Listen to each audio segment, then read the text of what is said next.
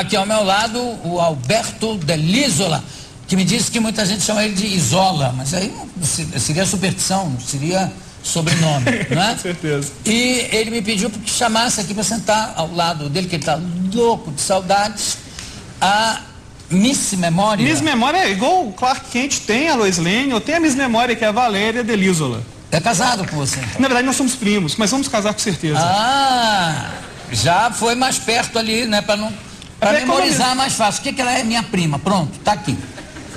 Na verdade, a ideia foi justamente de economizar na festa do casamento, porque aí se chama só metade da família e está tudo certo. Pode entrar, vem.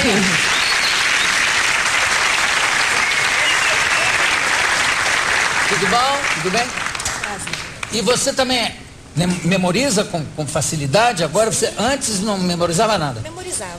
Engraçado foi o que nos atraiu, foi justamente a memória. A memória ou a também. falta de?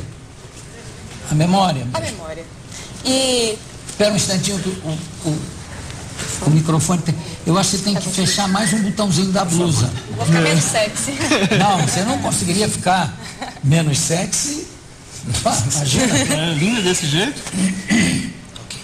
Eu acho que tá, não tá? Acho que tá ótimo. Valeu, né?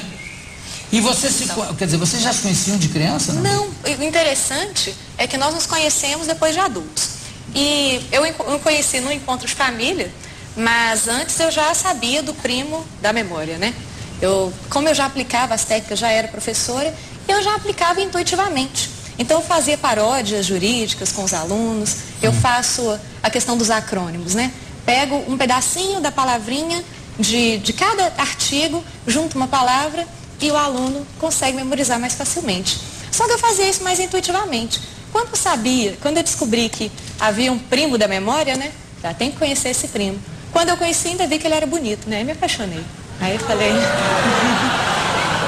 Não teve jeito. Mas ele não me dava bola não, sabe, Ju? Não dava, você não dava bola?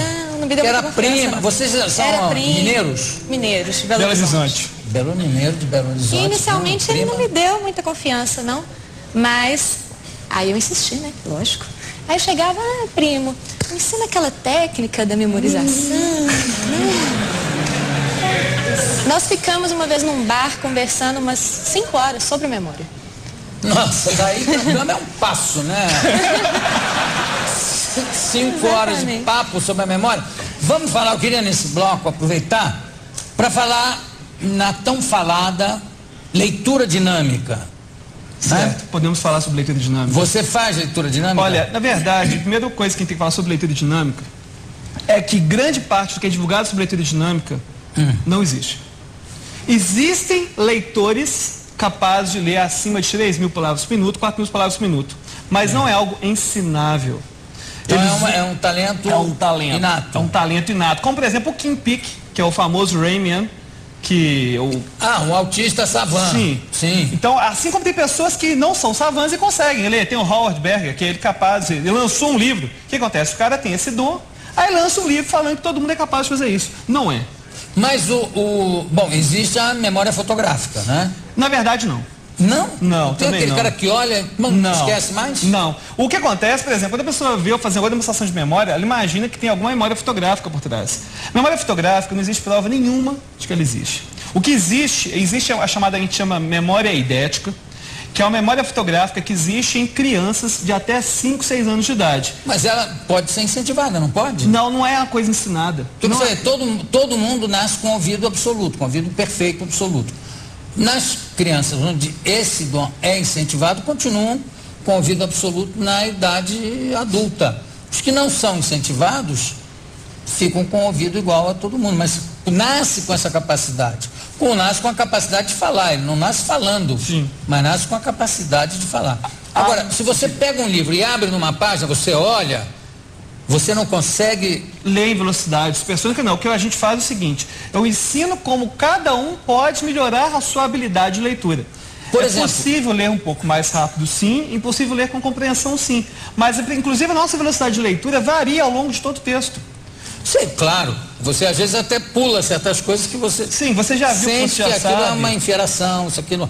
Agora, aquele negócio de ler assim, começando aqui e ler assim na... Sim, o que acontece justamente, isso aí chama skimming. Como é que chama? Skimming. Que no inglês existe, né, esse termo de você dar uma olhadela, que é o skim. O skimming é você pegar um texto que você vai ler depois, ou seja, você nada substitui a chamada leitura tradicional. Sim. Você pode fazer uma leitura rápida antes, ainda que você não compreenda, aqueles termos que são mais importantes vão surgindo e aquilo facilita o processo de memória. A gente tem uns exemplos aqui, desculpa, sem querer te interromper, mas já interrompendo, que faz parte desse assunto. A gente tem aqui no telão 3 exemplos. Isso aí é o seguinte, é o chamado regulador de leitura. O regulador de leitura todo mundo pode usar em casa, o pessoal da plateia pode usar, que é o seguinte. Gente, vocês não tem que riscar o livro daquele jeito não, certo? Aquilo lá é um movimento que você tem que fazer com sua mão para diminuir os problemas de leitura. Quais são os problemas de leitura que surgem, por exemplo? O retrocesso involuntário. Você começa a ler, você tem uma tendência de toda hora ficar voltando do que você estava lendo. Se você cria um ritmo para a sua leitura, pode ser tanto o dedo passando assim, quanto pode, por exemplo, ser um cronômetro. Um metrônomo, por exemplo, ou um cronômetro que apita. Você pega o metrônomo, desse que usa na música, e pega as batidas. E começa a ritmar a sua leitura de acordo com essas batidas. Mas sabe o que eu acho que acontece, Roberto? Se você começar a ler dessa forma, a leitura passa a ser igual àquelas pessoas que andam na esteira, olhando para a televisão, achando que vai ser mais fácil andar. Só que o cara não consegue desgrudar o pensamento. Puxa, ainda faltam 15 minutos, ainda tem que andar mais.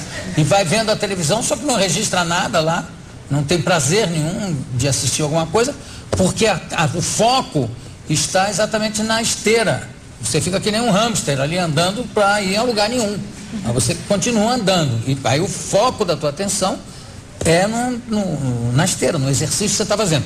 Se você começar a ler desse jeito que você está falando, perde ou dilui muito o prazer da leitura. Sim, não é? Porque na verdade, isso que eu estava te falando, sobre a questão da leitura, a primeira coisa que você tem que pensar é para que eu estou lendo. Por exemplo, se você quer um jornalista e quer, por exemplo, absorver o máximo daquela informação, é claro que usar o regulador de leitura é uma coisa interessante para você otimizar um pouco o seu tempo. Sim, mas você está em casa lendo poesia, não faz sentido você fazer isso. Você está em casa lendo os livros do Jô, não façam isso. Muito obrigado. Comprem os livros para ver se é verdade. Sim, inclusive foi feito um estudo pela NASA mostrando que essa fotoleitura, essa leitura assim fotográfica, ela não existe. Por que tudo é feito para dar credibilidade? É tudo a NASA que faz. Não, esse colchão foi inventado pela NASA. Eu nunca vi astronauta dormindo. Eu também não. Né? Mas o que acontece é o seguinte, essa maquiagem foi feita pela NASA. Você vê um astronauta flutuando, viado, que nem um louco, cílios pintados. Por que a NASA é que dá credibilidade a essas porque, na verdade, o que eu falo, me cita a NASA, porque se você procurar no PubMed, qualquer periódico importante de medicina envolvendo... Tem a NASA. Não é questão da NASA, é questão de que não existe nada que abaliza a fotoleitura.